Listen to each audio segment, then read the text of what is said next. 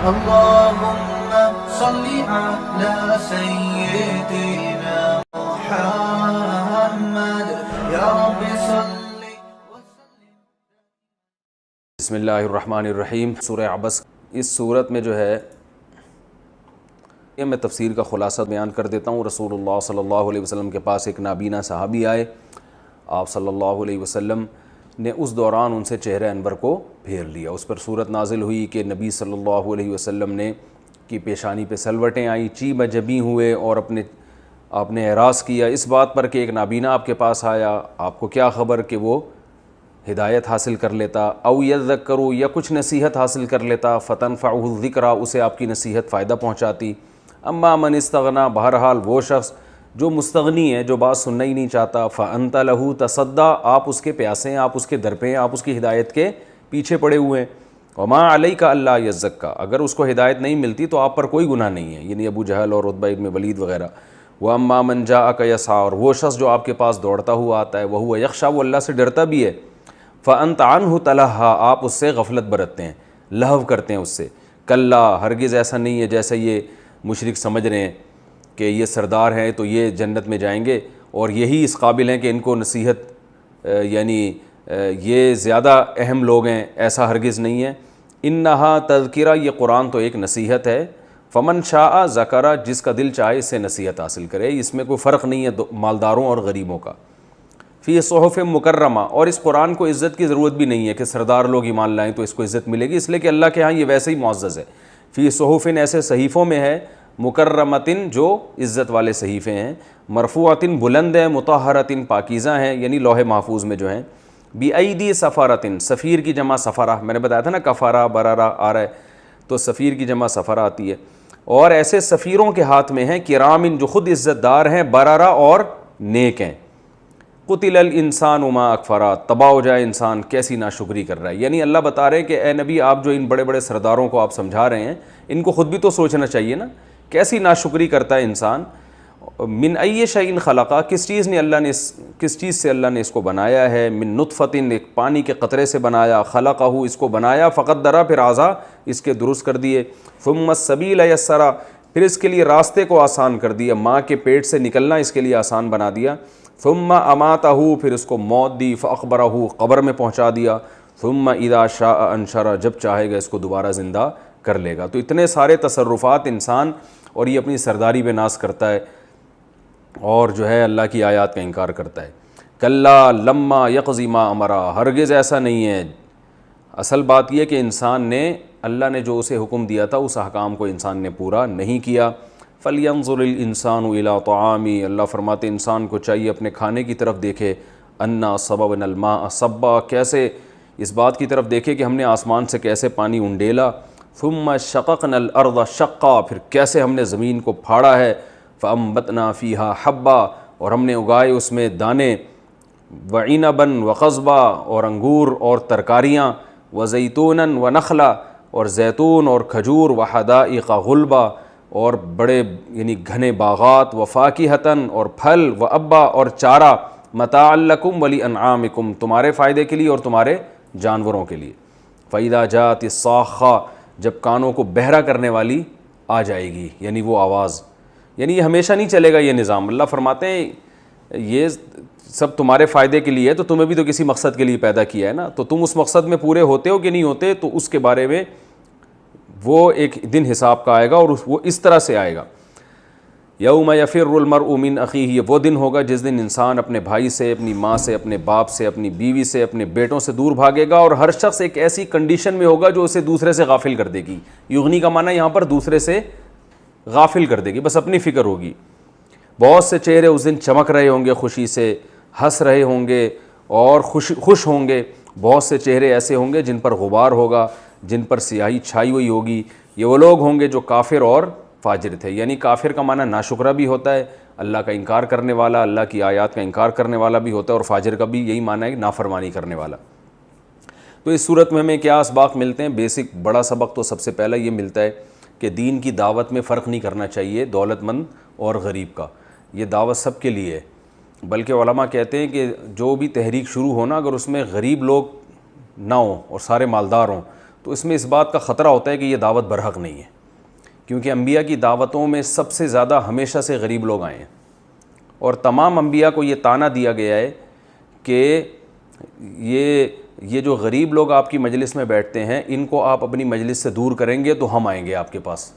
نوح علیہ السلام کو بھی یہ طعنہ دیا گیا، ہمارے نبی کو بھی یہ سرداروں نے طعنہ دیا کہ یہ غریب آپ کی مجلس میں کیوں آتے ہیں، ہماری انسلٹ ہوتی ہے ان کے ساتھ بیٹھنا۔ تو جب کہ نبی صلی اللہ علیہ وسلم پر مالدار بھی ایمان لائے تھے لیکن غریب شروع میں زیادہ تھے، تو نوح علیہ السلام کے ساتھ بھی ایسا، تو تمام پیغمبروں نے یہی جواب دیا کہ ہم ان کو اپنی مجلس سے دور نہیں کر سکتے، کیونکہ نوح علیہ السلام نے تو یہاں تک فرمایا کہ مجھے اللہ کے عذاب سے کون بچائے گا اگر میں ان کو اپنی محفل سے دور کر دوں گا۔ تو یہ اہل حق کی دعوت کا جو ہے نا ایک ظاہری علامت یہ ہوتی ہے کہ اس میں غریبوں کی تعداد زیادہ ہوتی ہے اور امیر اور غریب میں فرق نہیں ہوتا۔ آج بہت سی تحریکیں ہیں، مالداروں میں تو بڑی محنت ہو رہی ہے اور غریب پہ وہ فکر ہی نہیں کرتے۔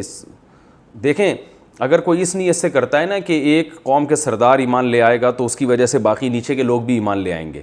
اس نیت سے کوئی کسی سردار کے پاس جاتا ہے یا کسی سیاستدان یا بادشاہ کے پاس جاتا ہے پھر تو کوئی حرج نہیں ہے۔ یہ تو موسیٰ علیہ السلام فرعون کے پاس گئے، ہمارے نبی الگ سے سرداروں کے پاس جایا کرتے تھے، لیکن اس کی بھی ایک حد ہونی چاہیے۔ اتنا ان پہ محنت کرنا کہ جو دین پہ چلنا چاہتے ہیں وہ ان کو آپ اگنور کرنا شروع کر دیں، یہ غلط ہو جائے گا۔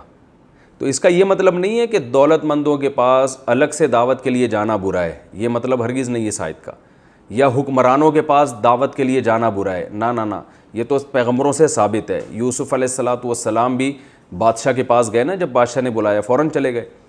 تو فرق یہ ہے کہ اتنا ان کو ترجیح دینا کہ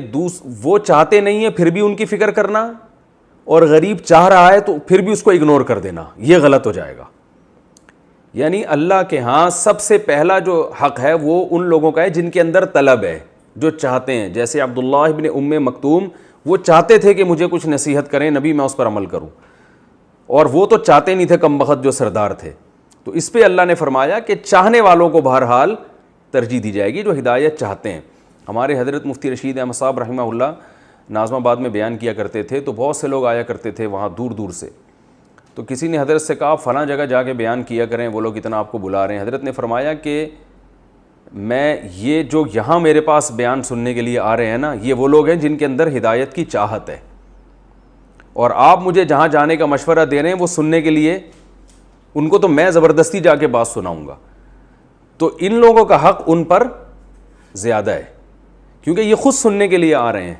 اور ہم جب جائیں گے تو وہ خود سننے کے لیے تھوڑی، ہم تو ان کو کسی طرح زبردستی جمع کریں گے۔ تو کسی کے پاس اتنا ٹائم ہو کہ دونوں کام کر سکتا ہے پھر تو ٹھیک ہے،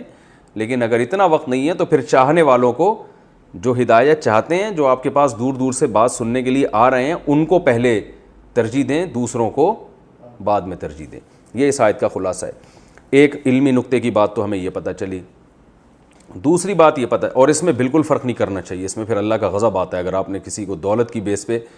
ترجیح دے دی نا، تو یہ زیادہ خطرناک ہے۔ دوسرا اس میں ہمیں یہ پتہ چلتا ہے کہ نبی صلی اللہ علیہ وسلم کو جب تنبیہ کی گئی تو آپ صلی اللہ علیہ وسلم عبداللہ ابن ام مکتوم پہ غضبناک نہیں ہوئے کہ یار آپ کی وجہ سے اللہ مجھ پہ ناراض ہوا ہے اور یہ، بلکہ حدیث میں آتا ہے کہ جب بھی عبداللہ ابن ام مکتوم آتے آپ ان سے بڑی خندہ پیشانی سے ملتے اور بہت اکرام کرتے اس آیت کے نازل ہونے کے بعد، اور فرماتے، صحیح حدیث ہے، ھذا الذی عاتبنی فیہ ربی، یہ ہے وہ شخص جس کی وجہ سے میرے رب نے مجھے ڈانٹا ہے، یہ الفاظ آپ فرماتے، یعنی اتنا مبارک آدمی ہے یہ۔ آج ہمیں کسی کی وجہ سے اگر ڈانٹ پڑ جائے کسی بڑے سے تو ہم ساری زندگی اسی کو تانے اور کوسنے دیتے رہتے ہیں، اس نے مروایا ہے، ٹھیک ہے نا، کہتے ہیں نا بھائی تو اس موقع پہ نہیں آتا نا، ہم ہوتے تو کیا کرتے، یار تم اس موقع پر آئے، ایک تو تم نے میری دعوت میں گڑبڑ کر دی، میں ایک بندوں سے بات کر رہا ہوں، تم درمیان میں آ کے اپنی لگا کے رکھی ہوئی ہے، ایک تو مجھے اس کی تکلیف، دوسرے تمہاری وجہ سے اللہ مجھ پہ ناراض ہو گیا۔ ہم یہ کہتے ہیں نا، تمہاری وجہ سے اوپر سے اللہ کی طرف سے مجھے تنبیہ ہو گئی، تو یہ تو میں تو میرے سامنے نہیں آیا کرو اب، یا اللہ تو ہمیں نہیں کرے گا براہ راست، کوئی بڑے بزرگ ہوں، کوئی ہمارے والدین ہوں، مثال کے طور پر آپ کے والد صاحب کے کوئی دوست ہیں، ٹھیک ہے نا، آپ نے ان کا اکرام نہیں کیا صحیح طریقے سے، چائے نہیں پوچھا، والد صاحب نے آپ کو ڈانٹ لگا دی کہ یار میرا دوست آیا تھا بیٹا تم اس سے صحیح طرح سے ملتے، تو اب ہونا یہ چاہیے آئندہ آپ بہت اچھی طرح سے ملیں اس سے۔ آپ کے دل میں بغض آ گیا، یار اس کی وجہ سے میرے ابا نے مجھے ڈانٹا ہے، اس کی وجہ سے میرے ماموں نے مجھے ڈانٹا ہے، اس کی وجہ سے میری ماں سے مجھے ڈانٹ پڑی ہے، تو جس کے دل میں سلامتی ہوگی وہ کہے گا یار اس کی وجہ سے ڈانٹ پڑی ہے، اس کا مطلب یہ اس کی ویلیو میرے والدین کے دل میں بہت زیادہ ہے، تو وہ آئندہ پہلے سے زیادہ اکرام شروع کر دے گا۔ اور اگر دل میں فساد ہے تو آپ اس سے پہلے سے زیادہ بغض رکھو گے، اس کی وجہ سے ڈانٹ پڑی ہے، ٹھیک ہے نا، یہ کم بخت ہے، اس نے مجھے مروایا، بے وقت آ گیا تھا اور ابا نے بھی اس کی وجہ سے مجھے ڈانٹ دیا۔ تو اس میں ہمیں یہ بھی ملتا ہے کہ دل جب انسان کا پاکیزہ ہوتا ہے تو کسی بڑے کی وجہ سے اگر کسی شخص کے بارے میں ڈانٹ پڑے تو انسان اس شخص کی ویلیو بڑھتی ہے کہ یار یہ اتنا عظیم ہے کہ فلاں نے مجھے اس کی وجہ سے ڈانٹا ہے، اس کا مطلب مجھے آئندہ اس کا اور اکرام کرنا ہے۔ اور اگر حسد کے جذبات آ رہے ہیں اور تکلیف ہو رہی ہے، یار یہ کمبخت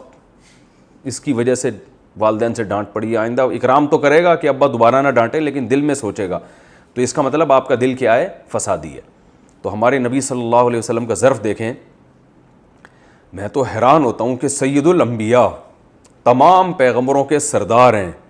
کتنا بڑا مقام، اور وہ ایک بیچارے غریب نابینا، غریب بھی ہیں اور نابینا بھی ہیں، اور بظاہر بے وقت آئے ہیں وہ، ٹھیک ہے نا، لیکن ہمارے نبی پوری زندگی ان کا اکرام کرتے رہے، جب بھی آتے کہتے یہ ہے وہ شخص جس کی وجہ سے میرے رب نے مجھے ڈانٹا ہے۔ کیا مطلب؟ میرے رب کے نظر میں اس شخص کا اتنا بڑا مقام ہے، کیسا اکرام کیا کرتے تھے۔ تو آج بس دولت مندوں کی تو بڑی قدر ہے، اور جو ویسے ہی ہو، اور کوئی غریب کا اللہ کے ہاں جو بھی مرضی مقام ہو، کہتے ہیں جو مرضی اللہ کے ہاں مقام ہو، ہے تو غریب نا، ٹھیک ہے نا، معاشرے میں عزت تو نہیں ہے۔ تو ہمارا کرائٹیریا ہی ایک عجیب سا ہو چکا ہے۔